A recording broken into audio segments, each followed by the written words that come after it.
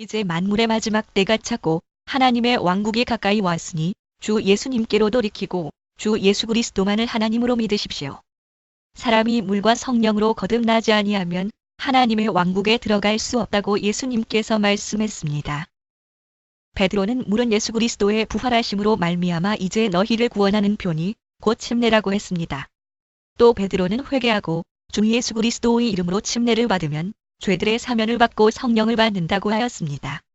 침례는 예수 그리스도와 연합하는 행위이고 죄의 몸을 멸하는 행위이며 그리스도와 함께 죽고 장사 지내고 다시 태어나는 의식입니다. 예수 그리스도 이름으로 받는 침례는 그리스도로 옷을 입는 행위이며 손으로 하지 않는 할례이며 침례로 그리스도와 함께 일어났다고 했습니다. 사도와 제자들은 성부 성자 성령이라는 타이틀이 아닌 아버지 되시고 아들 되시며 성령 되시는 오직 주 예수의 이름으로만 침례를 베풀었습니다. 사도와 제자들은 단 한 번도 머리에 물을 붓거나 뿌려본 적이 없었습니다. 복음을 듣고 믿는 자들은 그 즉시 주 예수 그리스도의 이름으로 침례를 받았습니다. 오순절날 복음을 들었던 디아스포라들도, 제자 빌립에게 복음을 들은 사마리아인들도, 그리고 이디오피아 내시 간디게도, 다마스쿠스에서 주를 만난 바울도, 제자 아나니아에게, 백부장 고넬료와 그의 식졸들도, 빌립보 자주색 옷감 장사 루디아와 그녀의 가족들도, 빌립보 감옥 간수와 그의 가족들도, 마게도니아 지역 회당의 우두머리 치리자 그리스보와 그의 가족들도, 이미 침례자 요한에게 침례를 받았던 12명의 침례자 요한의 제자들도 복음을 듣고 그 즉시 다시 주 예수 그리스도의 이름으로 침례를 받았습니다. 사도와 제자들은 단 한 번도 6개월 후나 새신자 교육 후에 침례를 베푼 적이 없고 믿는 즉시 예수님의 이름으로 침례를 베풀었습니다. 이제 우리는 잘못된 교리와 전통을 버리고 사도들의 가르침대로 예수님만을 하나님으로 믿고 예수님의 이름으로 죄를 씻는 침례를 받아 성경적인 방법으로 거듭나야 합니다. 또한 거듭난 사람들은 주님이 오시는 그날까지 날마다 성결한 삶을 살아야 합니다. 예수님께서는 제자들에게 온 천하에 복음을 선포하고 믿는 자들에게 침례를 베풀라고 명령하셨습니다. 거듭난 예수님의 제자라면 누구나 복음을 믿는 자들에게 그 즉시 예수님의 이름으로 침례를 베풀어 죄들을 씻어주어야 합니다. 예수님께서 믿고 침례를 받는 자는 구원을 받고 믿지 않는 자는 정죄를 받는다라고 하셨습니다. 제발 교리와 전통보다 성경대로 믿고 순종하십시오. 지금은 우리의 구원이 처음 믿을 때보다 더 가까워졌습니다.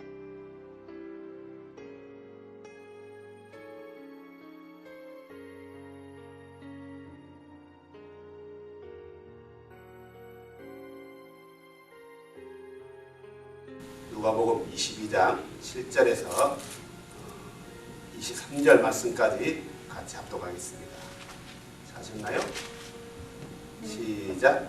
그때에 반드시 유월절 어린 양을 잡아야 하는 때 곧 누리고 없는 빵을 먹는 날이 이르매 그분께서 베드로와 요한을 보내며 이르시되 가서 우리를 위해 유월절 어린 양을 예비하여 우리가 먹게 하라 하니 그들이 그분께 이르되 우리가 어디에서 예비하기를 원하시나이까 하매 그분께서 그들에게 이르시되 보라 너희가 도시로 들어가면 물 한 동이를 가지고 가는 사람을 만나리니 그가 들어가는 집으로 그를 따라 들어가 그 집주인에게 이르되 선생님께서 내게 말씀하시기를 내가 내 제자들과 함께 유월절 어린 양을 먹을 객실이 어디 있냐 하시느니라 하라. 그러면 그가 갖추어 놓은 큰 다락방을 너희에게 보이리니 거기서 예비하라 하시매 그들이 가서 보니 그분께서 자기들에게 말씀하신 대로 되더라. 그들이 유월절을 예비하느라 시간이 지름에 그분께서 12 사도와 함께 앉으시고 그들에게 이르시되 내가 고난을 받기 전에 너희와 함께 이 유월절 어린 양 먹기를 바라고 또 바라노라. 내가 너에게 이르노니 그것이 하나님의 왕국에서 성취될 때까지 내가 다시는 그것을 먹지 아니하리라 하시고 잔을 재부시사 감사를 드리시고 이르시되 이것을 가져다 너희 가운데 나누라. 내가 너희에게 이르노니 하나님의 왕국이 임할 때까지 내가 포도나무의 나무 열매에서 난 것을 마시지 아니하리라 하시고 또 그분께서 빵을 집사 감사드리시고 그것을 떼어 그들에게 주시며 이르시되 이것은 너희를 위하여 준 내 몸이라. 나를 기억하여 이것을 행하라 하시고 저녁 식사 뒤에 잔도 그와 같이 하여 이르시되 이 잔은 너희를 위하여 흘린 나의 피로 세운 새 상속의 언약이니라. 아멘. 잘 앉으시기 바랍니다. 어제 말씀을 준비하면서 우리가 지금까지 놓치고 봤던 성경이 있어요. 그래서 나뿐만이 아니라 대부분의 목사들이 다 놓쳤어요. 뭘 놓쳤냐? 아주 중요한 사건이더라고요. 물론 6월절 사건이지만 우리가 성경을 보면서 자세히 보고 주의 깊게 보고 살펴보면은 아주 중요한 것들을 발견할 수가 있다는 거예요. 자, 우리가 일반적으로 예수님께서 우리가 말하는 6월절 만찬을 언제 지켰을까? 언제 6월절 만찬을 지켰다고요? 네? 언제 지켰어요? 나를 멀뚱멀뚱 쳐다보지 마시고 돌아가시기 바로 전날. 돌아가시기 바로 전날. 예. 또 돌아가시기 바로 전날이에요. 맞아요. 아니 정답이에요. 근데 그날이 언제일까요? 그날이 언제일까요? 6월절 전날. 그러니까 6월절 전날이니까 6월절 예비일이라는 말이죠. 우리가 이스라엘 유대력을 잘 살펴볼 필요가 있어요. 이스라엘에는 저녁 6시가 하루의 시작이 돼요. 그래서 모든 절기로 그날이지만 같은 날이지만 저녁 6시에 시작해요. 그래서 저녁 6시 이전에는 예비일이 돼요. 예비일이. 그래서 6월절 만찬은 언제 먹냐면은 예비일이 지나고 6월절이 시작되는 저녁 6시 이후에 만찬을 먹게 돼 있어요. 6월절 어린 양 만찬을요. 그렇죠? 그런데 예수님이 6월절 만찬을 6월절 예비일이 끝나고 그날 먹었을까요? 아니면 그 전날 먹었을까요?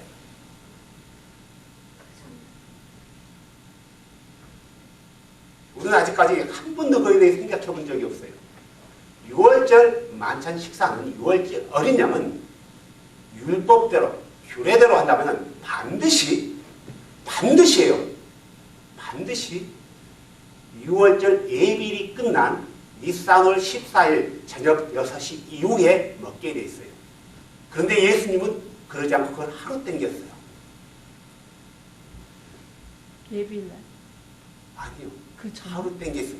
물론 그 전 니산월 13일 저녁 6시 이후에 먹었다라는 거예요. 왜 그랬을까? 우리는 지금까지 성경을 보면서 한 번도 그거에 대해서 왜 예수님이 율법을 어기면서까지 율법의 규례를 어기면서까지 6월절 만찬을 하루 땡겼을까? 어린 양을 하루 전에 먹었을까요? 오늘 우리가 누가복음 22장을 읽었듯이 예수님께서 자기가 고난받으실 것을 알고 계셨어요. 자, 고난을 언제 받는다는 것도 알고 있었단 말이에요. 그분은 이 날을 위해서 이 땅에 오셨어요. 그죠? 이 날을 위해서. 그래서 이 날을 위해서 이 땅에 오셨는데 이날 그분은 고난받으시는 날이지 6월절 만찬을 행하는 날이 아니에요. 그분은 이날 6월절 어린 양으로 오셔서 죽임을 당하는 날이지 만찬을 행하는 날이 아니란 말이에요. 그런데 예수님은 제자들에게 그래요. 내가 지금까지 고난받기 전에 너희들과 함께 이 6월절 어린 양을 먹길 바라고 또 바랬다라는 거예요. 왜요? 왜 그랬을까요? 왜 하루를 땡기면서까지 6월절 어린 양을 먹기를 원했을까요? 저도 이 사실을 실은 그 전부터 이게 날짜가 안 맞았어요. 날짜가 안 맞았어. 굉장히 고민을 했어요. 아니 왜 6월절 만찬이면은 6월절 어린 양을 먹는 건데 6월절 날 먹는 건데 왜 예비일 날 먹었을까? 혼동이 온 거예요. 아무리 제가 답을 못 찾는데 성경을 보니까 답이 있었어요.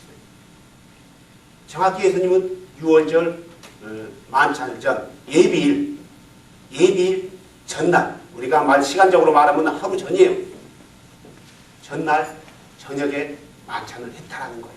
어린 양을 잡았다라는 거예요. 그리고 그걸 먹었다라는 거예요. 자, 우리 주님은 이 6월절 만찬을 통해서 지금까지 그 유대인들이 6월절 만찬을 지켜왔어요. 전통으로 지켜왔어요. 1500년 전부터 지켜왔던 거예요. 이것을요. 풍습이 된 거예요. 전통이 된 거예요. 그래서 6월절 의식을 행하면서도 그에 대한 깊은 의미를 생각하지 않고 자기들이 원하는 방법대로 했어요. 그래서 6월절 의식도 다 바꿔버렸어요. 6월절에는 계란을 먹는다 안 먹는다? 안 먹어요. 그런데 그들은 계란을 먹기 시작해요. 6월절은 양의 정강이를 식탁에 올려놓는다 안 한다? 안 해요. 근데 그걸 올려놓기 시작해요.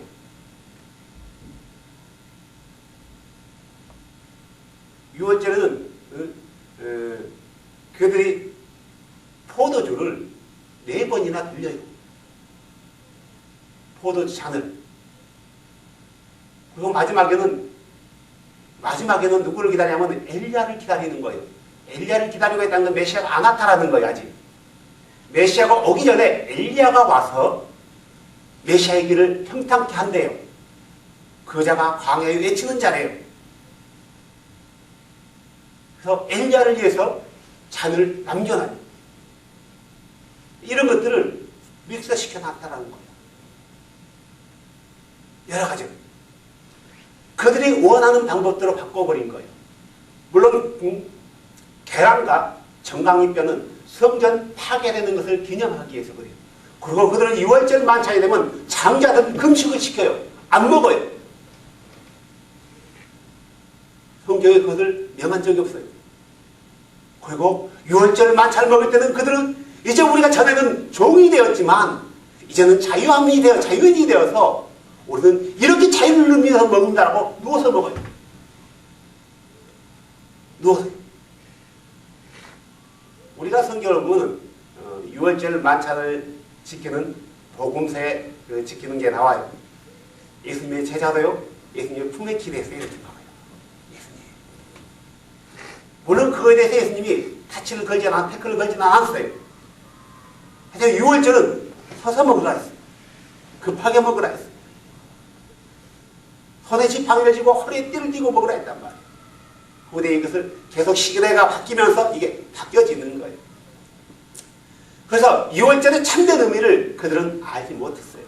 그래서 예수님께서 6월절의 참된 의미를 가르쳐주는 거예요. 그래서 예수님 자신이 6월절 어린 양이라는 걸 알고 6월절 어린 양의 피를 통해서 그들이 종되었던 애굽 땅, 다시 말해서 종되었던 이 세상으로부터 구속을 받는 그것들에 대해서 가르쳐주기 위함이었어요.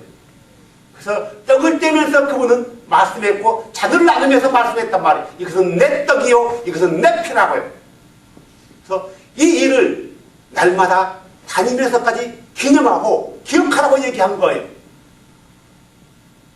그래서 그들은 이 사실을 배운 제자들은, 알게 된 제자들은 오순절 이후 가는 곳마다 다른 것은 몰라도 6월절 행사는 지켰다라는 거예요. 그것을 히브리 말로 페사크 그래요. 페사크. 라틴어는 파스카, 영어로는 페소, 우리말로는 유월절 그렇게 말합니다. 그래서 이 6월절의 참된 의미는 6월절 어린 양이신 그분의 죽으심과 그분이 죽으심으로 해서 행하신 그 일들을 기념하기 위한 것이라는 것을 주님이 제자들에게 가르쳐줬고 그 제자들은 다니면서 복음이 선포되는 것마다 그리고 이 복음을 받아들인 자들에게 그분이 행하신 일들, 6월절 어린 양으로 오신 그분이 행하신 일들, 무교병을 먹으면서 아무런 흠이 없는 누룩이 섞이지 않는 그 어린 양이신 그분을 기념했고, 포도주 잔을 마시면서 그분이 흘린 피를 기념하면서 이 날을 지켰다라는 거예요. 물론 이 날을 지키는 이유는 구원받기 위함이 아니고 구원받는 자들이 지켰다라는 거예요. 감사, 그분을 기억하고. 이 주님께서 지켰던 이 6월절 만찬을 보면은 이런 일들이 있어요.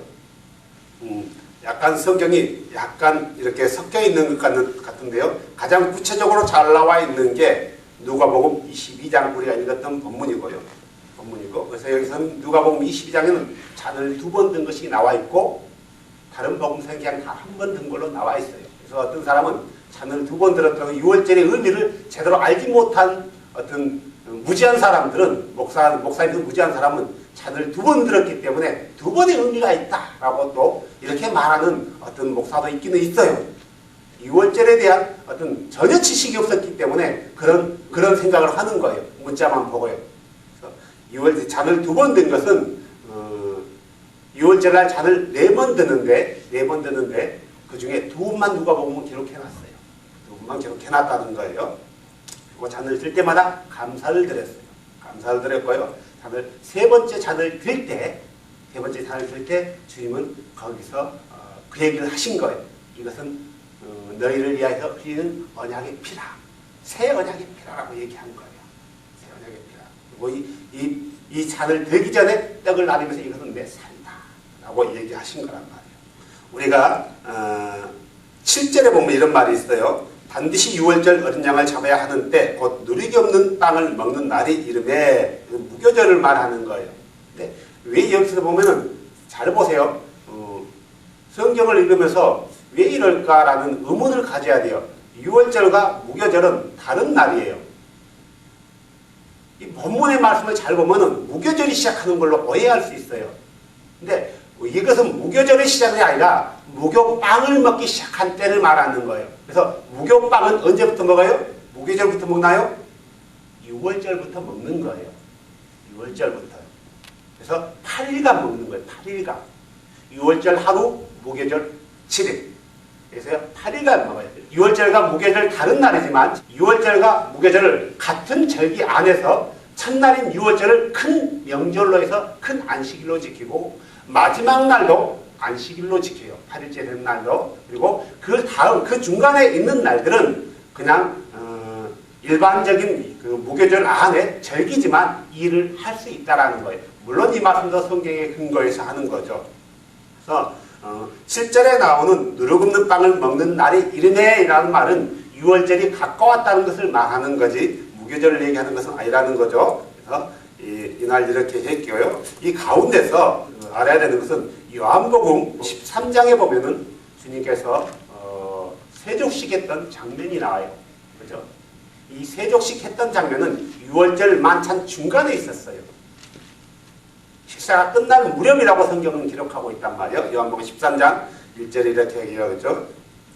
이제 6월절 전에 예수님께서 자기 때가 이르러 자기가 이 세상에 떠나 아버지께로 가야 할 것을 아시고 세상에 있던 자기 사람들을 사랑하시되 끝까지 사랑하시니라. 저녁 식사 끝날 무렵 이제 마귀가 시몬의 아들 가룟 유다 마음속에 그분을 배반하여 넘겨주려는 생각을 넣었더라. 3절에 예수님께서 아버지께서 모든 것을 자기 손에 맡기신 것과 또 자기가 하나님으로부터 왔다가 하나님께로 갈 것을 아시고 저녁 식사 자리에서 일어나 겉옷을 벗고 수건을 가져다 허리에 두르시네.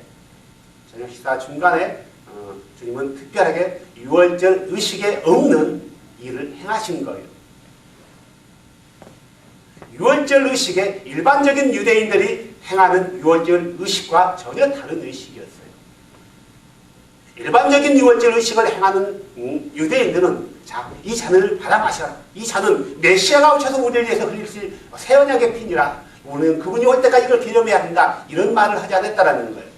전혀 지금까지 1500년 동안 예수님 당시부터 그 전부터 모세부터 예수님 당시까지 지금부터 1500년 동안 그들이 6월절을 지키면서 한 번도 이렇게 생각해 본 적이 없다라는 거예요. 한 번도. 예수님께서 새로운 6월절에 그 제대로 된 해석을 해주신 거예요. 직접 머물었어요. 이 중간에 이런 일들이 있고, 그리고 나서 보면은 6월절 되는 예비일 새벽에 세족식을 마치고 마지막 잔을 들고 감람산으로 올라가죠. 올리브산으로 올라가서 새벽에 그분은 기도하시다가 가룟 유다와 함께 오는 가야바의 대제사장 가야바의 군사들에게 붙들림을 당한단 말이에요. 그리고 그날이 니산월 14일 새벽이에요. 14일 새벽 예비일이 되는 거예요. 오후가 아닌 거예요. 6월절에 아직 시작이 안 됐어요. 그리고 나서 그분이 가야바에게 재판을 받고 그 예수를 십자가에 못 박아라 라고 말할 때가 유대 시간으로 6시 플러스 6하면 12시가 되는 거예요. 아주 급하게 예수님의 사형을 집행하는 거죠. 마가복음에 이렇게 기록해요. 그분이 그렇게 예수님께서 내가 목마르다 하고 숨을 거둘 때가 곧 6시쯤이더라 그래요. 얘가 십자가에서 못 박으라고 말하고 나서 곧바로 그분을 십자가에 못 박았다라는 거예요. 지체하지 않았다라는 거예요. 지체하지 않았다라는 거예요. 그만큼 빨리 예수님의 사형을 집행했어요. 그 이유는 뭐냐면은 큰 안식일에는 시체를 걸어놓을 수가 없고 사람을 죽일 수 없기 때문에 6월절 14일 저녁 5시, 6시가 되기 이전에 빨리 죽여야 되기 때문에 그래서 죽여서 그 예수님의 시체를 십자가상에다가 오래 걷어놓지 않고 율법에 의해서 요청하자 예수님의 시체를 내줘요. 그날이 2월절 예비일 니산월 14일 저녁 6시 이전이란 말이에요. 3시에서 5시 사이에요. 곧바로 그는 가장 가까운 아리마대 요셉이라는 예비된 그 돌무덤에 예수님을 묻히게 되는 거죠.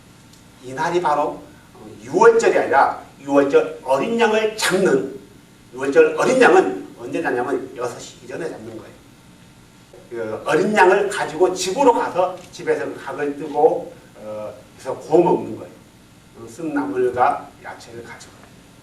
그래서 이렇게 해서 6월절을 지낸 거예요. 그래서 6월절은 예수님의 6월절 만찬은 6월절 니산월 14일 저녁 6시 이후에 지냈던 게 아니라 13일 날 우리 시간으로 보면 13일 날 저녁이죠. 그러니까 유대력으로 보면 예비일 니산월 13일로 되는 거죠.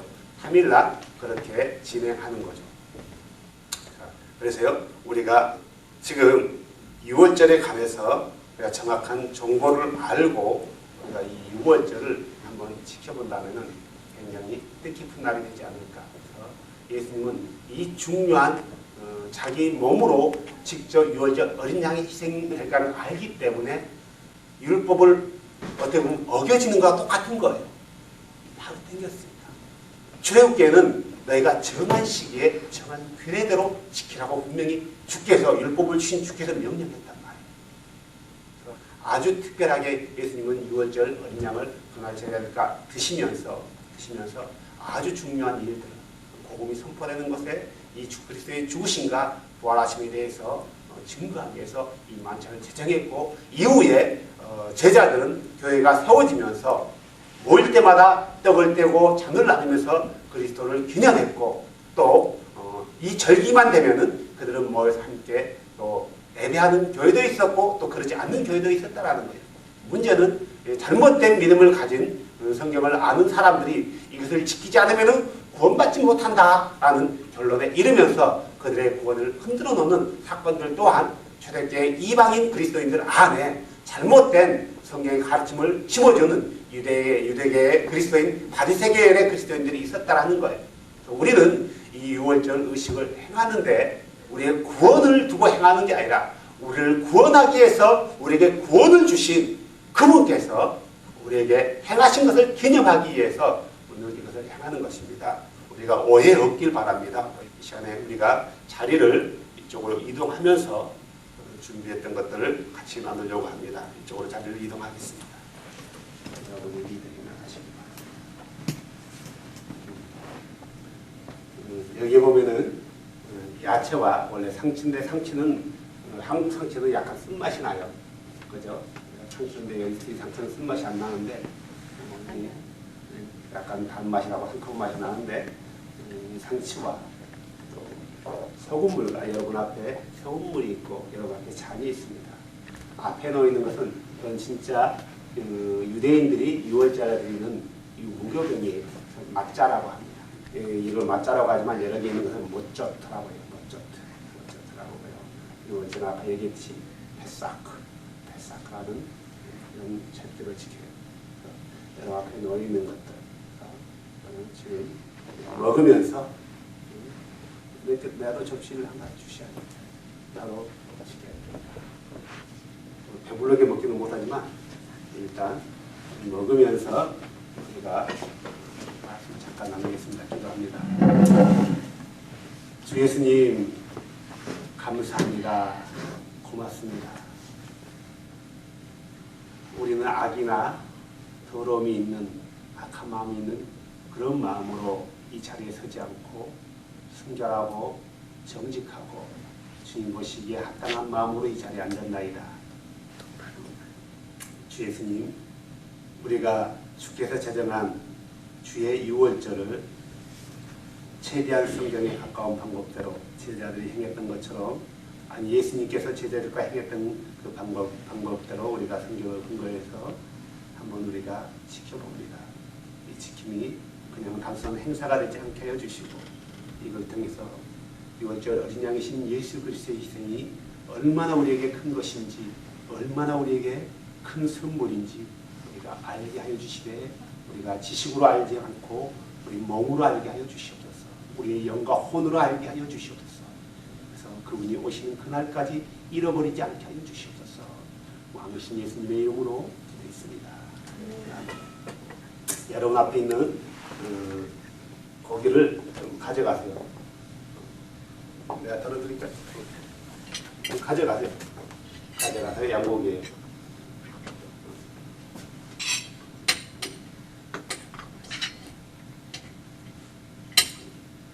이 양고기는 우리 자매님이 최원주 자매님이 하십니다.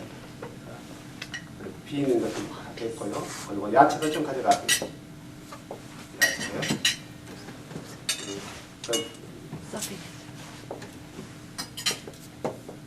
야채를 좀 가져가시고. 저들이 일어나세요.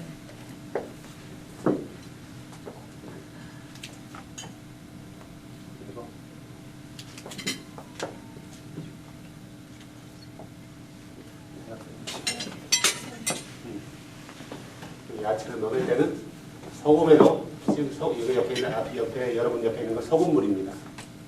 소금물에도 찍어 먹어보시고요. 앞에 약간 좀 있는 저것은 그 황갈색 색깔이 나는 뭐죠? 무슨 소스죠? 칠리 소스인데요.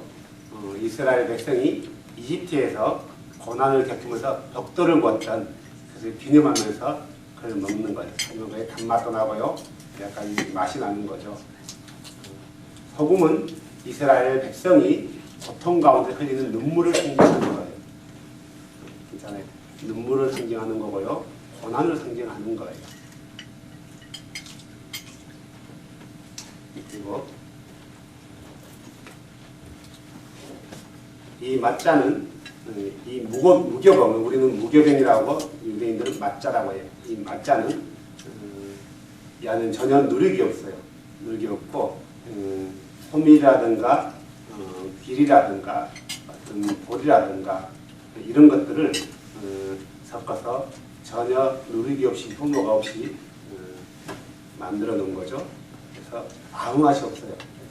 그래서 이스라엘 백성들이 애국 땅에서 살았던 그 쓰라림, 가난했던 그것들을 기념하면서요. 또 급하게 애국에서 나오면서 그걸 발효시킬 시간이 없었던 거예요. 발효시킬 시간이. 그래서 이집트에서 출애굽하는 것이 얼마나 급하게 이루어졌는가에 대해서 주께서 그들에게 알려주고 싶은 거예요. 그래서 이 무교병은 그런 의미도 있지만 더 나아가서 이 누룩이라는 것은 여러 가지 의미가 있지만 죄에 대해서도 얘기하는 거예요. 우리가 죄를 말할 때 누룩이라고 해서 죄는 누룩처럼 번져나간다고 그러죠. 물론 모든 상황에서 누룩은 부정한 걸로만 말하지는 않아요. 어떤 교훈들을 말할 때도 누룩이라고 얘기해요. 바리새인들의 교훈, 헤롯의 교리, 그리고 예수 그리스도의 교리도 누룩이에요. 근데 그건 좋은 누룩이에요. 좋은 의미로 사용하지만 대부분이 나쁜 의미로 사용하는 거죠. 이 무교병에는 누룩이 들어가지 않다는 것은 부정한 것이 들어가지 않았다는 거예요. 이 무교병은 예수 그리스도를 상징하기도 해요. 예수 그리스도를 상징. 고기는 어떻게 찍어 먹는 거예요? 거기서 찍어 먹기도 하고 그냥 먹기도 하고. 그냥 소스에 찍어 드셔야 돼요. 크게 맛은 없을 거예요. 진짜 이건 아무 맛이 없네. 아무 맛도 없는 거예요. 자, 유대인들은 식사 자리예요. 식사 자리. 아무튼 배부르게 드세요. 유대인들은 이 6월절만 되면 하루 전에 부모님들이 얘들을 데려다가 가르치는 거죠. 그래서 집안에 있는 모든 효모들, 효소가 들어가 있는 모든 제품들을 제거하게 만들어요. 그래서 우리가 말하는 심지어 말하는 시리얼, 과자, 빵 부스러기, 심지어 침대까지 드러내서 빵 부스러기까지 다 끄집어내요. 그렇게 하고 나서 6월절을 지키는 거예요. 심지어 6월절 지키는 그릇도 따로 준비되어 있어요. 다 쌀말. 이 맛자를 만드는 사람들은 정결한 사람들이 만드는 거예요. 아무나 만드는 게 아니에요. 그 정도로 그들은 그렇게 신중하게 한다라는 거예요. 이 6월절은 누구만 지키냐면은 첫 번째 할례 받은 유대인들이 지키는 거예요. 이방인들은 지킬 수 없는 거예요. 그래서 이방인 중에서 할례를 받고 6월절에 참여하고 싶다면 그는 할례를 받아야 돼요. 할례를 받아야 되고요.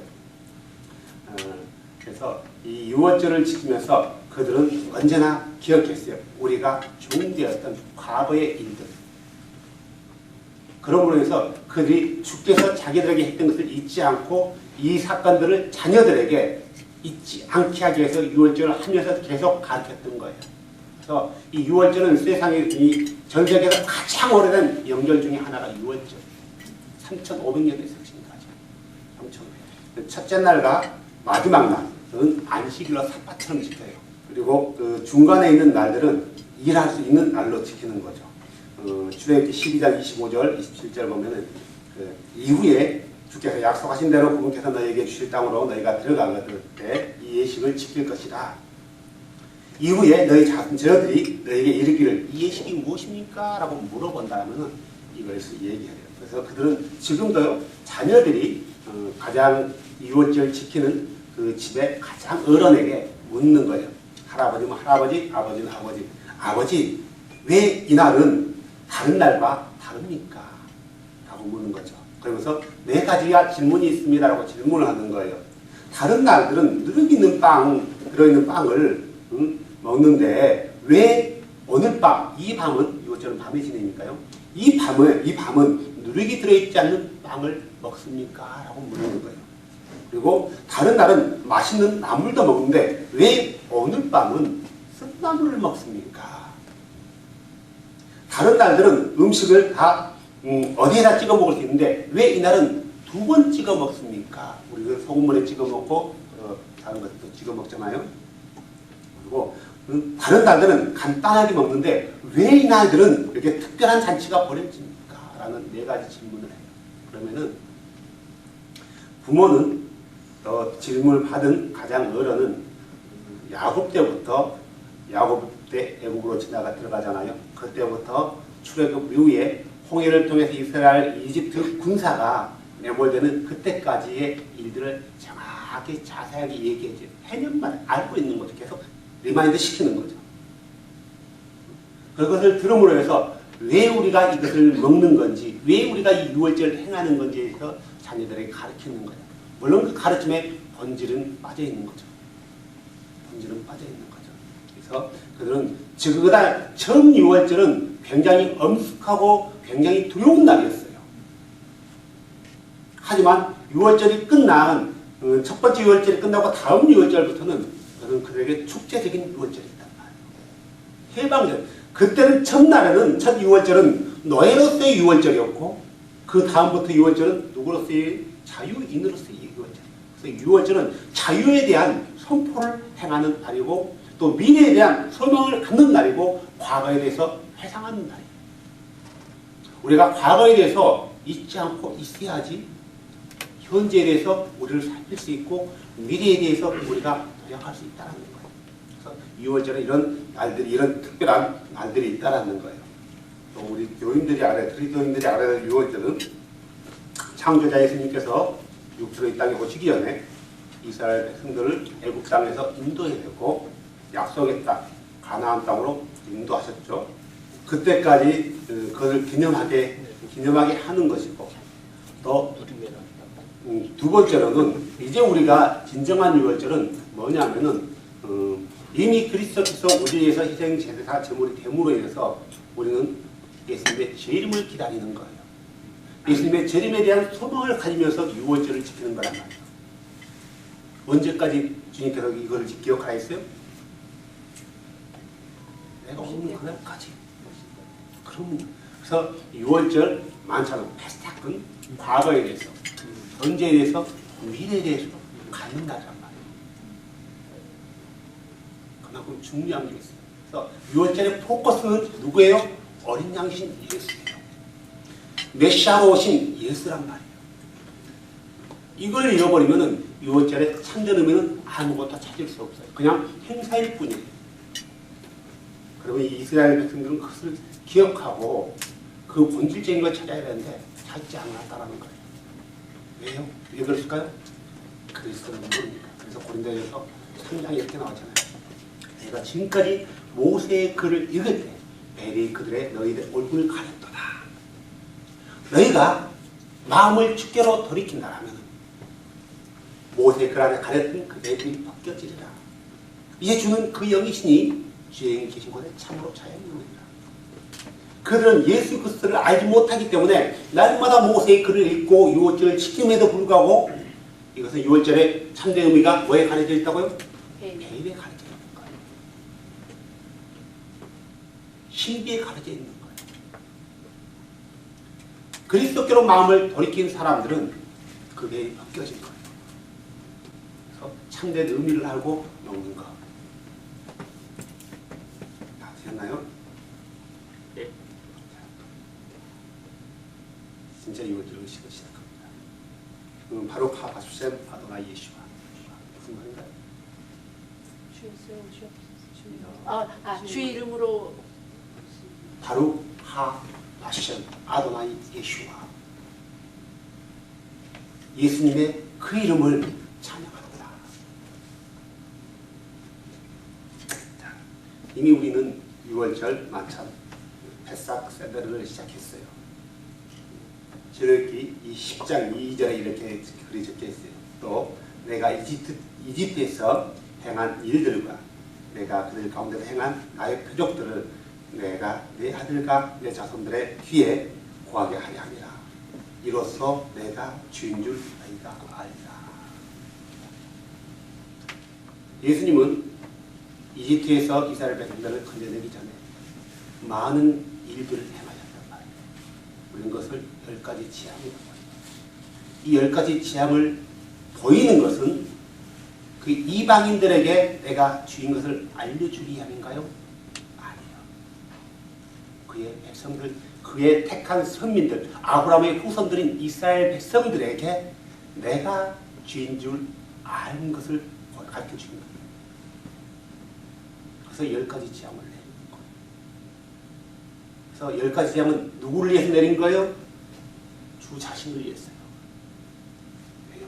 그분은 아브라함에게 약속한 것을 이루는 거예요. 자기 스스로를 위하고 또한 아브라함의 후손들을 위해서요. 먼저는 자신, 언제나 저는 자신을 위해서요. 우리를 실만한 물가로 인도하시는 이유는 뭐예요? 자기 자신을 위해서. 이 예식을 출애굽기 12장 25절 27절에 보면 이후에 주께서 약속하신 대로 그분께서 너희를 주실 땅에 너희가 들어갈 때 이 예식을 지킬 것이니라. 16절 이후에 너희 자녀들이 너희에게 이르기를 이 예식이 무엇입니까? 하면 27절에 너희는 이르기를 그것은 주의 6월절 희생물이니라. 그분께서 이집트 사람을 치실 때에 이집트에 있던 이스라엘 자손들의 집을 넘어가사 우리의 집을 건져 주셨느니라 하라 하며 백성이 머리 숙여 경배하니라.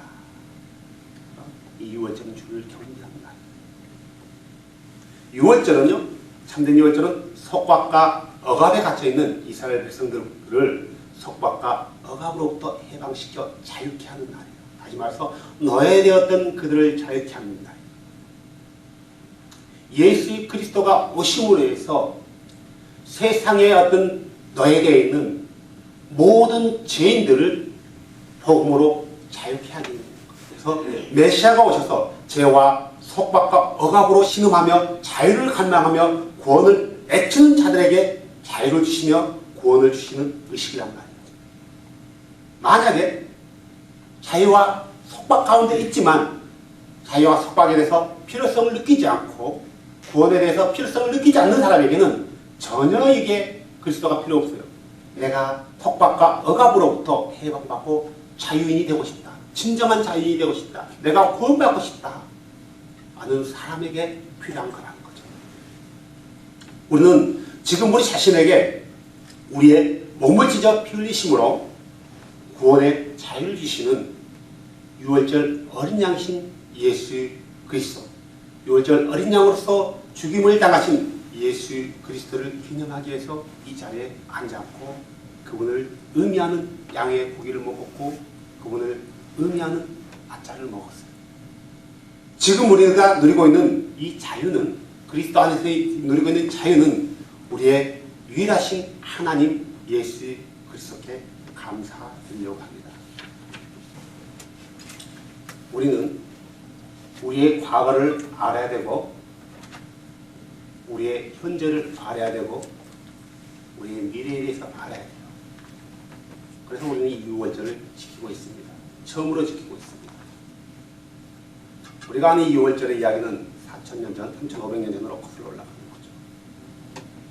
이스라엘이 이집트, 다시 말해서 이집트는 죄 많은 세상을 의미하는 거예요. 갇혀서 400년 동안 억압받고 고통하고 힘 속에 있었던 노예였던 이스라엘 백성들, 그런데 진정한 고통을 아는 자들만이 회복을 갈망할 수 있으며 진정한 억압받는 자만이 자유를 해칠 수 있고 진정한 자기 자신의 사망 가운데 있다는 것을 아는 사람만이 구원을 해칠 수 있다는 거예요.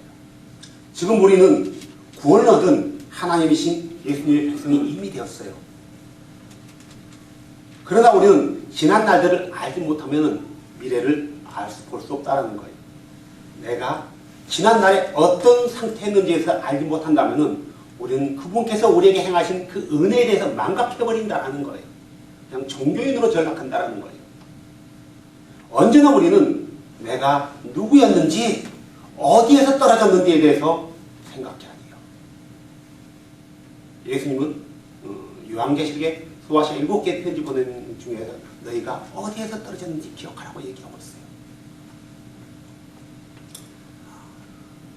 그래서 우리가 우리의 지금 상태, 현재 상태, 과거를 기억하지 않는다면 현재 우리는 없다라는 거예요.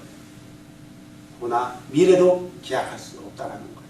그래서 우리는 언제나 과거에 내가 죄와 사망에 얽혀 있었는데, 얽매여 있었는데 그분께서 나를 십자가에서 구원시켰다. 내 죄를 사해 주셨다. 라는 것을 언제나 잊으면 안 된다라는 거예요. 안 된다. 여러분, 지금 이제 일어나서요. 내가 여러분에게 4번의 찬을 나눌 거예요. 사도 바울이 이런 말을 했어요. 그러므로 너희는 노력 없는 자들인즉 우리 이미 그리스도인이 된 거예요. 새 덩어리가 되기 위하여 묵은 노력을 제거하라. 이미 그리스도인이 됐지만 과거의 일에 죄성으로 가득 차 있다는 거예요. 그래서 늘 죄를 짓는단 말이에요. 묵은 노력이 있다는 거예요. 잘못된 것들이 있다는 거예요. 잘못된 교리도 있다는 거예요. 묵은 노력을 제거하라. 우리의 6월절 어린 양 곧 그리스도께서 우리를 위하여 희생물이 되셨느니라. 그러므로 우리가 그 명절을 지키되 묵은 누룩으로도 말고 악의와 사악함의 누룩으로도 말며 오직 순수함과 진실함의 누룩 없는 마음으로 하자. 고린도전서 5장 7절 8절 말씀입니다. 또 우리 주는 이렇게 말씀하셨습니다. 이제 너희가 내가 일러준 말로 깨끗하게 되었나니 내 안에 거하라. 나도 너희 안에 거하리라.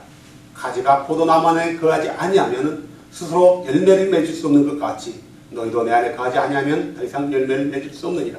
나는 포도나무요 너희는 가지라. 사람이 내 안에 거하고 내가 그 안에 가면 그 사람은 많은 열매를 맺나니 나 없이 너희가 아무것도 할 수 없느니라. 자, 일어서십시오.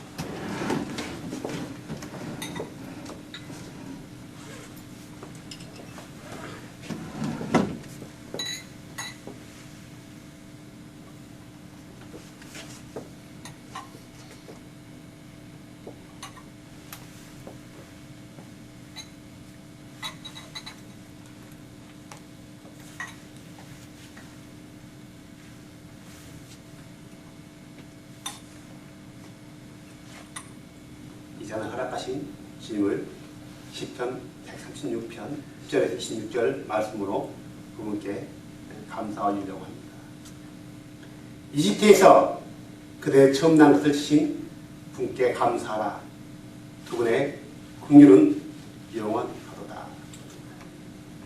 이스라엘을 그들 가운데 데리고 나오신 그분께 감사하라. 그분의 긍휼하심은 영원하도다. 강한 손과 뻗은 팔로 데리고 나오신 분께 감사하라. 그분의 긍휼은 영원하도다. 홍해를 두 쪽으로 가르신 분께 감사하라. 그분의 긍휼은 영원하도다. 이스라엘을 그 가운데로 지나게 하신 분께 감사하라. 그분의 긍휼은 영원하도다. 파라오의 군대를 홍해 속에 뒤엎으신 분께 감사하라. 그분의 긍휼은 영원하도다. 자신의 백성을 인도하여 광야를 지나게 하신 분께 감사하라. 그분의 긍휼은 영원하도다. 위대한 왕들을 치신 분께 감사하라. 그분의 긍휼은 영원하도다. 아멘. 유명한 왕들을 죽이신 분께 감사하라. 그분의 긍휼은 영원하도다.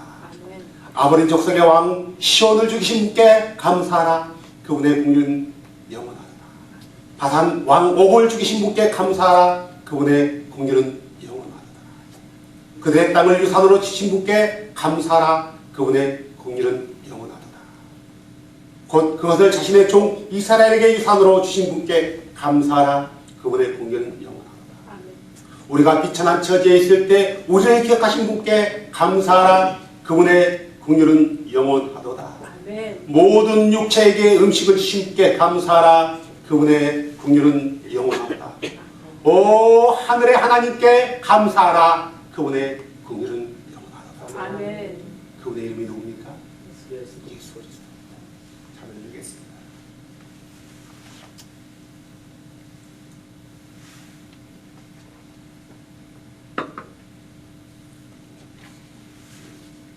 쓴 채소는 석박의 겨울을 지나 생명의 봄을 상징하는 희망의 야채면서 이스라엘에서 예굽에서 했던 쓰리쓴 그 기업들을 잊지 않기 위함이라는 거예요.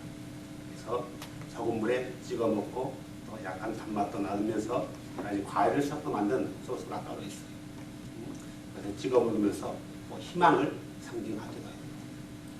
우리는 이미 이 사망의 겨울을 지나왔어요. 지났고 이미 그리스도 안으로 들어왔어요.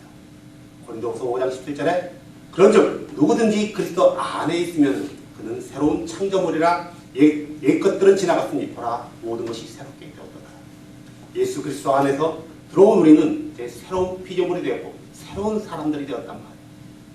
새로운 사람들이었어요. 이미 우리는 새로운 생명의 세계로 새 생명의 세계로 이미 들어온 사람들이에요. 우리를 새롭게 하신 예수님을 우리는 찬양하고 감사해야 돼요. 우리 형제님이 10편, 30편으로 우리를 새롭게 하신 우리 주님을 찬양하십니다. 높이 시기다. 오 주여, 내가 주를 높이 찬양하리니 주께서 나를 높이 드사 내 원수들이 나를 두르고 기뻐하지 못하게 하셨나이다. 아멘. 오 주 내 하나님이여, 내가 주께 부르짖음에 주께서 나를 고치셨나이다. 아멘. 오 주여, 주께서 내 혼을 무덤에서 끌어올리시고 나를 지켜 살게 하사 내가 구덩이로 내려가지 아니하게 하셨나이다. 아멘. 오 주여, 성도들아, 너희는 그분께 노래하며 그분의 거룩함을 기억하고 감사하죠. 아멘. 그분의 분노는 잠시뿐이요 그분의 호의 안에 생명이 있나니 밤새 울음이 있을지라도 아침에는 기쁨이 임하리라. 아멘. 내가 형통할 때에 말하기를 내가 결코 흔들리지 아니하리라 하셨다. 주여 주께서 주의 호의로 내 산을 굳게 세우셨사오나 주께서 주의 얼굴을 숨기시니 내가 근심하였나이다. 오 주여 내가 주께 부르짖고 주께 간구하였나이다. 내가 구덩이로 내려갈 때에 내 피에 무슨 유익이 있으리까? 흙이 주를 찬양하겠나이까? 그것이 주의 진리를 밝히 드러내겠나이까? 오 주여 들으시고 내게 공유를 베푸소서. 주여 주는 나를 돕는 분이 되소서. 주께서 나를 위하여 나의 애곡을 춤으로 바꾸시며 나의 굵은 베옷을 벗기시고 즐거움으로 내게 띠를 두르셨나이다. 아멘. 이것은 내 영광이 노래로 주를 찬양하며 잠잠하지 아니하게 하려 하심이니이다. 오 주 내 하나님이여 내가 주께 영원토록 감사를 드리나이다. 아멘. 아멘. 우리 두 손을 높이 들고 우리 주를 경배합시다. 오 우리를 속박해서 건지신 주 예수님, 우리를 건지시기 위하여 인간의 부정한 육체를 입으신 주 예수님, 우리는 그를 알지 못했고 그를 십자가에 못 박았습니다.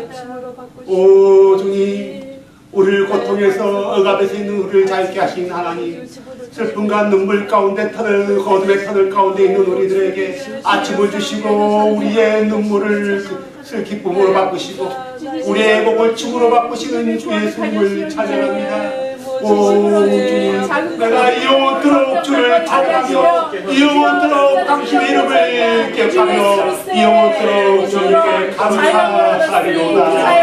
감사하리로다. 동일한 은혜를 허락해 주시니 감사합니다. 이 마자는 이집트에서 급하게 나오느라 바로 시킬 수도 없었던 그런 충분한 시간이 없었기 때문에 노력을 넣지 말라고 우리 창조주께서 아도나이께서 모세에게 말씀했고 모세는 그것을 백성들에게 말함으로 다 지켰습니다.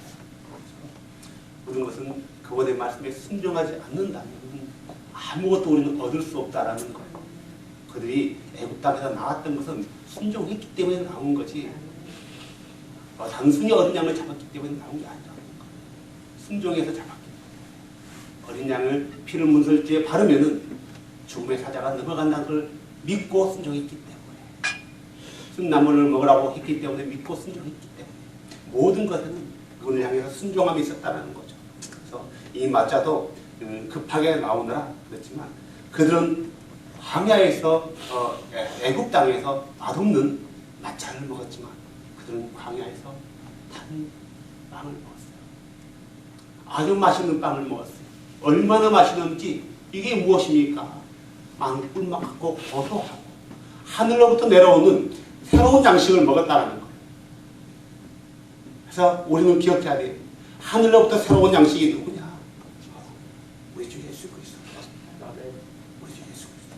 진실로 진실로 내가 너희 나를 믿는 자에게는 영존하는 생명이 있느니라. 내가 곧 그 생명의 빵이로다. 너희 조상들은 광야에서 만나를 먹었어도 죽었거니와 이것은 하늘로부터 내려오는 빵이므로 사람이 그것을 먹이면 죽지 아니하리라. 나는 하늘로부터 내려오는 살아있는 빵이니 사람이 이 빵을 먹으면 영원히 살리라. 내가 주고자 하는 빵은 곧 세상의 생명을 위해 내가 주고자 하는 내 살이로다. 아멘. 예수 그리스도는 우리에게 생명을 주기 위해서 6월절 어린 양으로 오셨습니다. 생명의 맞자 오셨어요. 그분은 흠없는 맞자예요. 그분은 아무런 볼품이 없어요.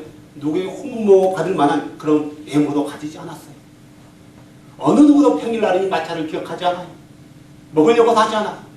참으려고도 하지 않아요. 생명의 맞자로 오신 바로 그분이 누구도 찾지 않았어요. 부르지 않았어요. 하지만 그분은 흠이 없는 분이 완벽하신 하나님이에요. 하나님의 모든 정치가 그분 안에 있었다는 거예요.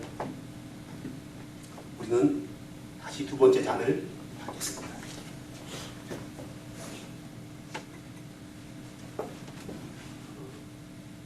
예수님께서 이렇게 말씀하셨습니다. 너희가 내 말에 거하면 참으로 내 제자가 되고 또 너희가 진리를 알리니 진리가 너희를 자유케 하리라 하시니 그들이 그분께 응답할 때 우리는 아브라함이시로 결코 남의 종이 된 적이 없거늘 내가 어찌하여 너희가 자유롭게 되려 하느냐 하매 예수님께서 그들에게 이르시되 진실로 진실로 내가 너에게 이르노니 누구든지 죄를 짓는 자는 죄의 종이니라. 종은 영원히 집에 거하지 못하되 아들은 항상 거하나니 그러므로 아들이 너희를 자유케 하면 너희가 참으로 자유케 되리라. 이 유월절 의식은 그리스도께서 우리를 자유케 하신 것을 기억하는 것. 모세는 그리스도와 함께 고난받는 것을 애굽 땅에서 모든 부귀와 영화를 누린 것보다 더 기뻐했다고 했습니다. 우리의 유월절을 지키는 것은 구원받기 위함이 아니라 그리스도께서 우리를 죄의 종으로 있었던 우리를 자유케 하신 날을 기념하기 위해서 이걸 기억하는 거예요. 우리는 이 두 번째 잔을 들기 전에 우리 시편 23편으로 우리에게 자유를 주시고 광야에서 목자가 되어주신 우리 주 예수님을 찬양합시다. 우리 찬양님이 시편 23편으로 우리 주님을 찬양하시기 바랍니다. 주는 나의 목자시니 내가 부족함이 없으리로다. 네. 그분께서 나를 푸른 초장에 누이시며 잔잔한 물가로 인도하시고 내 혼을 회복시키시며 자신의 이름을 위하여 의의 행로들로 나를 인도하시는도다. 참으로 내가 사망의 그늘진 골짜기를 다닐지라도 해악을 두려워하지 아니하리니 주께서 나와 함께 계시며 주의 막대기와 주의 지팡이가 나를 위로하시나이다. 아멘. 주께서 내 원수들의 얼굴 앞에서 내 앞에 상을 자르시고 기름을 내 머리에 부으시니 내 잔이 넘치나이다. 내 평생의 선하심과 긍휼이 정녕 나를 따르리니 내가 주의 집에 영원히 거하리로다. 아멘. 이제 우리가 애굽 땅에 나와서 비록 세상이라는 광야를 그분의 약속의 땅에 가기 전까지 걸어가고 있지만 그분은 우리의 참 목자가 되시고 좋은 목자시기 때문에 우리를 그분의 나라로 인도하는데 전혀 이상 없이 완전하게 인도할 거예요. 우리가 그분만 잘 따라간다. 네, 두 번째 잔을 받겠습니다.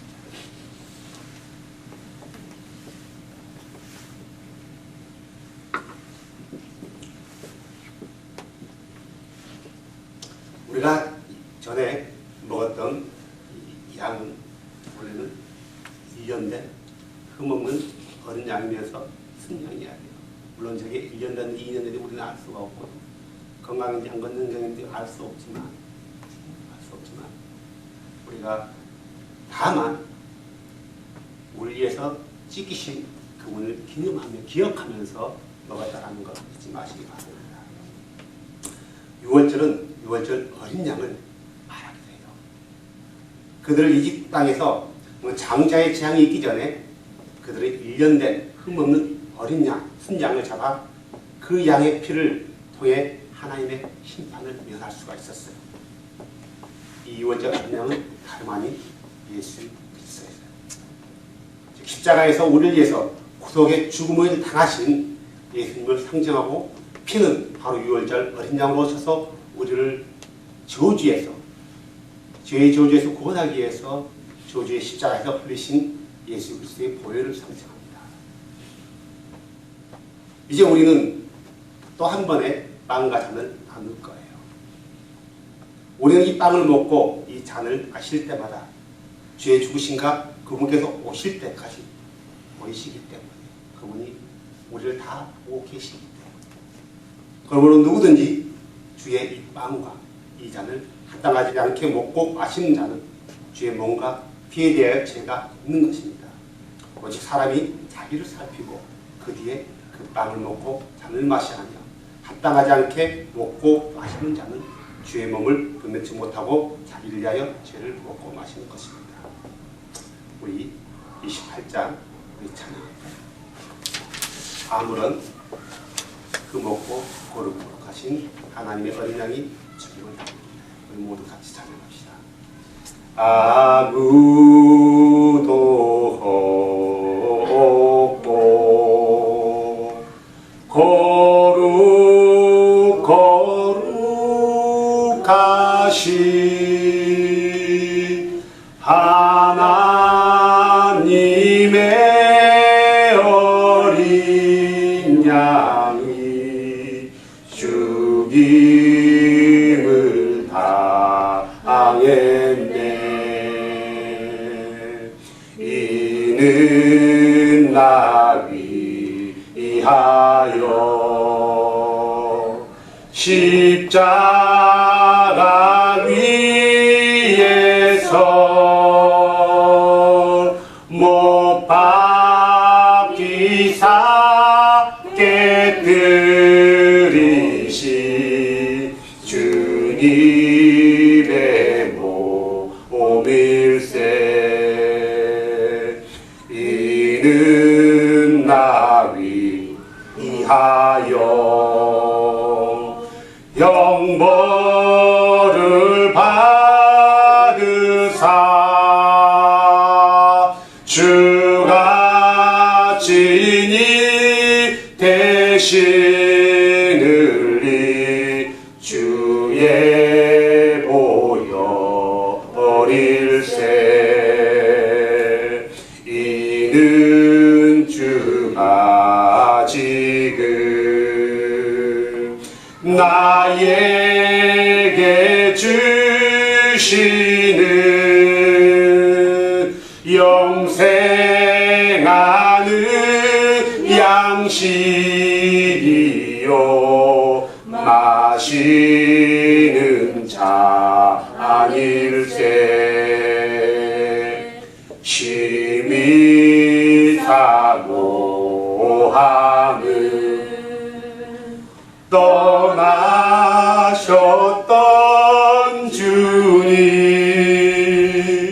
주님 속히 세상 다시 한가히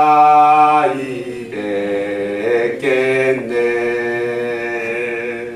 우리 그때까지 십자가를 지고 주의 아비 한가은에 널리 전파하세.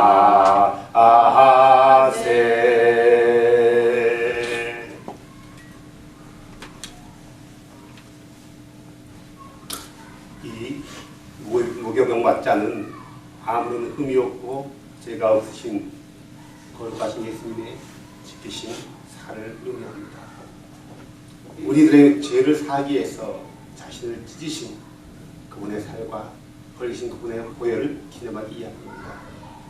내가 너에게 전해준 것은 주께 받은 것이니 곧 주 예수님께서 배반당하신 바로 그 밤에 빵을 지우사 감사를 드리신 후에 주 예수님, 이 땅에 당신은 생명의 떡으로 오셔서 모든 사람에게 생명을 주시는 떡이 되었고 모든 사람에게 죽지 않는 영생의 선물을 주기 위해서 이 땅에 오셨거나 모든 사람이 그 떡을 받지 아니하고 먹지 않고 주를 아는 자들만 먹고 받았나이다. 생명의 떡으로 오신 주님, 영광을 받아주시고 당신이 이 땅에 다시 오시는 그날까지 당신을 기억하게 하시며 선포하게 하시옵소서. 이 떡을 받는 자들을 축복하여 주소서. 축복하여 주소서. 축복하여 주소서. 주께 감사와 영광을 돌리나이다. 영광 받아주시옵소서.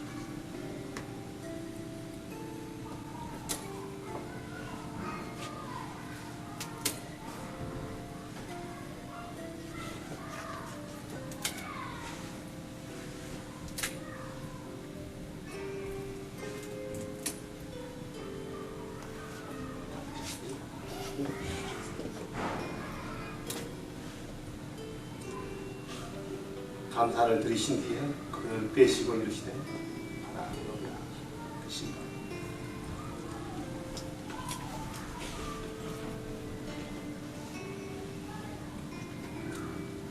그리고 주님은 또 이렇게 말씀하셨습니다. 이것은 너희를 위하여 찢긴 내 몸이니 나를 기억하여 이것을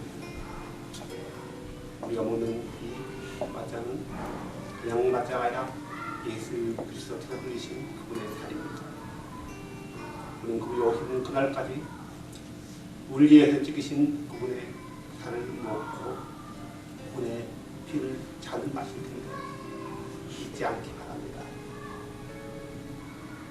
주께서 우리를 위해서 찍으신 생명의 왕이신 예수 그리스도의 살을 먹고 마시고 주님 오시는 그날까지 절대로 잊으면 안 되고 그분에게 돌이키면 안 될 것입니다.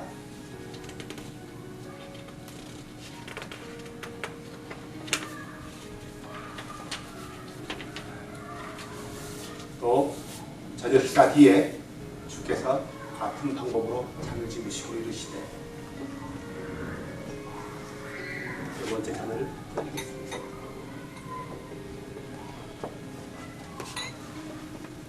이 잔은 내 피로 세우는 새 상속의 언약이니 너희가 이것을 마실 때마다 나를 기억하여 행하라. 이 잔 마시고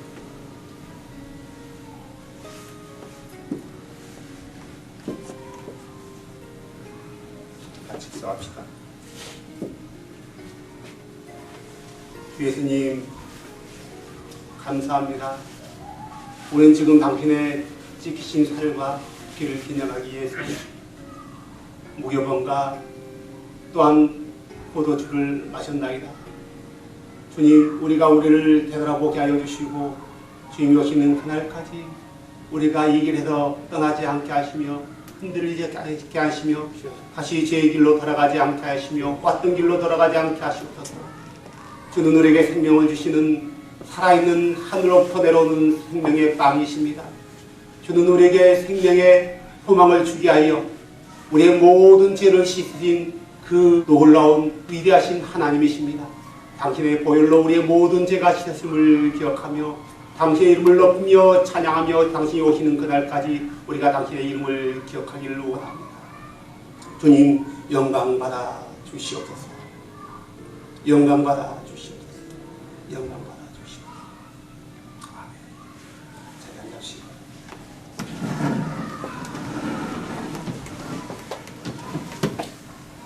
또 예수님께서 유월절 전에 자기가 때가 이르러 이 세상을 떠나 아버지께로 가야 할 줄 아시고 세상에 있던 자기들의 사람을 사랑하시되 끝까지 사랑하셨습니다.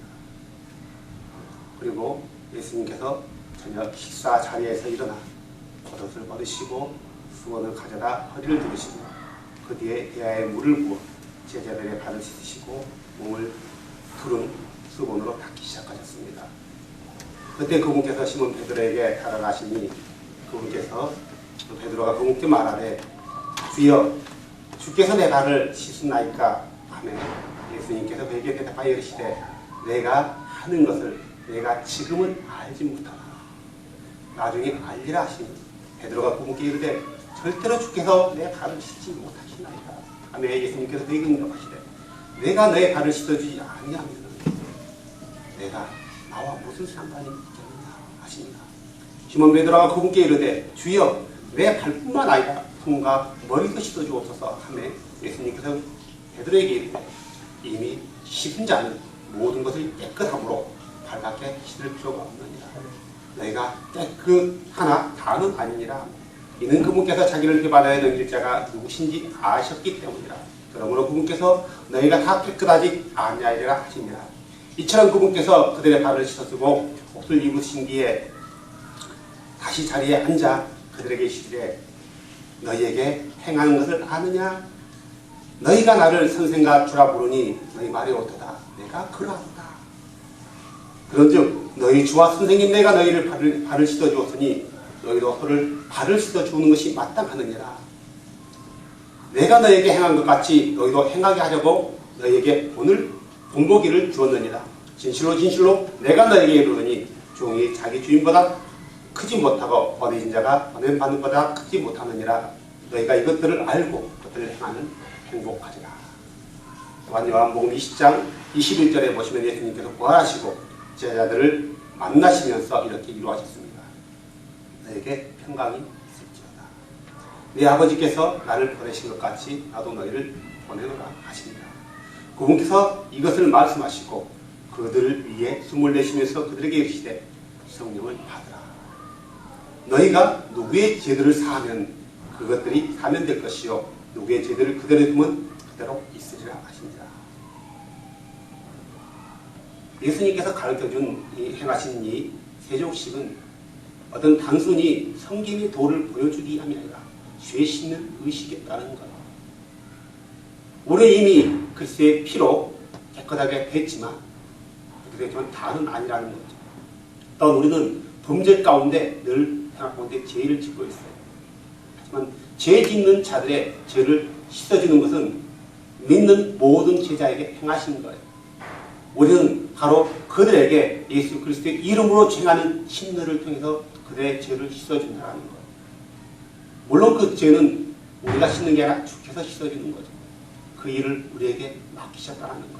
주가 오시는 그날까지 여러분들이 만나서 전하는 사람들에게 이 복음을 듣고 돌이키고 죄의식을 원하는 자들에게 여러분들이 죄를 씻어주지 않는다면 그들의 죄가 그대로 있을 것이지만 씻어진다면 그들의 죄는 사해질 것입니다.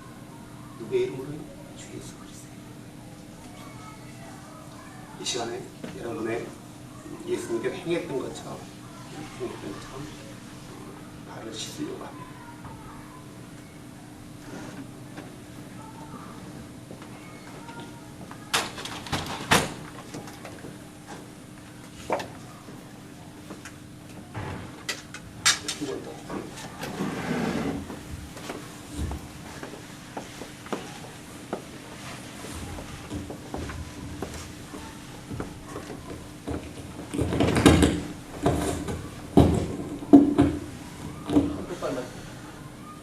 예수님은 두 발 다.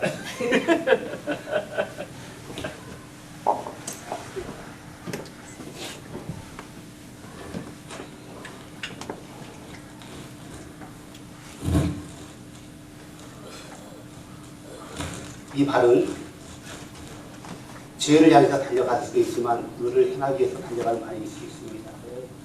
죄를 위해서 달려갈 때는 죄를 짓는 발이고 의를 위해서 달려갈 때는 선을 향하는 발입니다. 여러분들은 죄를 위해서 달려가는 발을 가진 그들의 발을 우리는 씻어줘야 됩니다. 그러면 여러분이 사한다면 그 죄는 사해질 것입니다. 그리고 주님은 자기 허리에 두른 수건으로 그들의 제자들의 발을 일일이 닦아주셨습니다. 여러분들이 그리스도 안으로 들어오는 사람들의 발을 닦아주고 또 그들을 섬겨주십시오. 사랑으로 섬겨주십시오.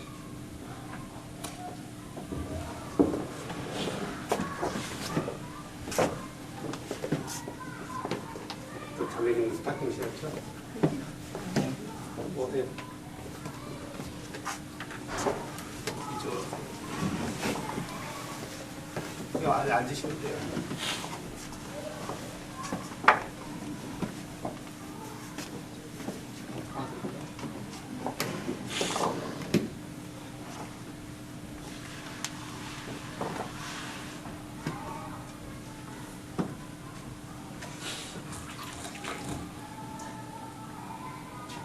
이제 주로부터 오지 않는 것으로부터 자유를 누리시고요.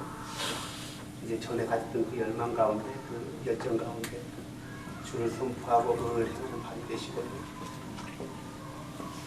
죄를 짓는 사람들의 발을 씻어주는 그런 하나님의 생명을 축복합니다. 그리고 그들을 섬기시기 바랍니다. 사랑으로 섬기시기 바랍니다.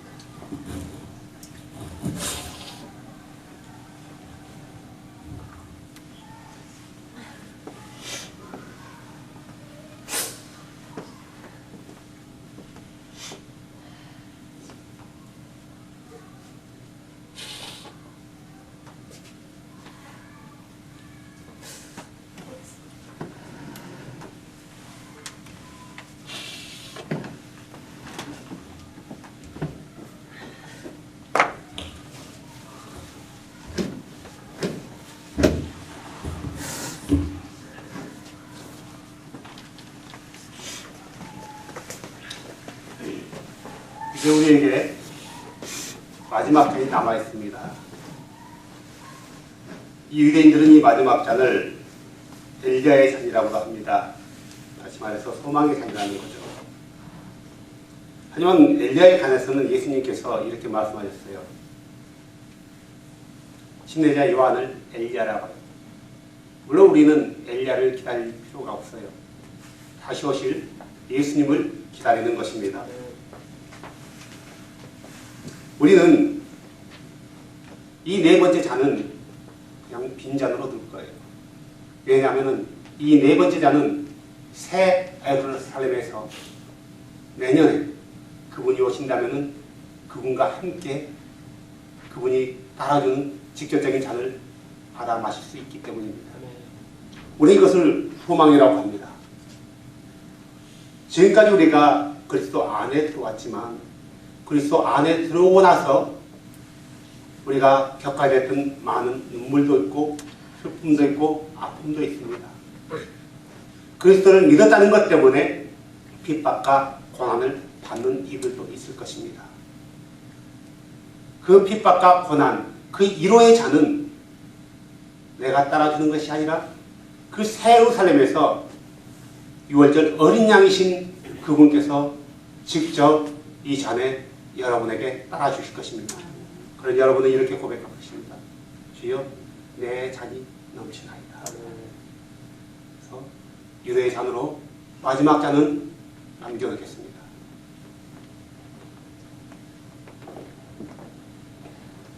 우리 그리고 예수님은 이 유월절 만찬을 마치고 찬송 부르고 감나산으로 가셨습니다. 우리 이 찬양하고요. 우리 다시 자리로 옮길까요? 그럼 마지막 끝내겠습니다. 주님 다시 오실 때까지 찬양합시다. 우리 다 같이 자리로 옮기시고 주님 다시 오실 때까지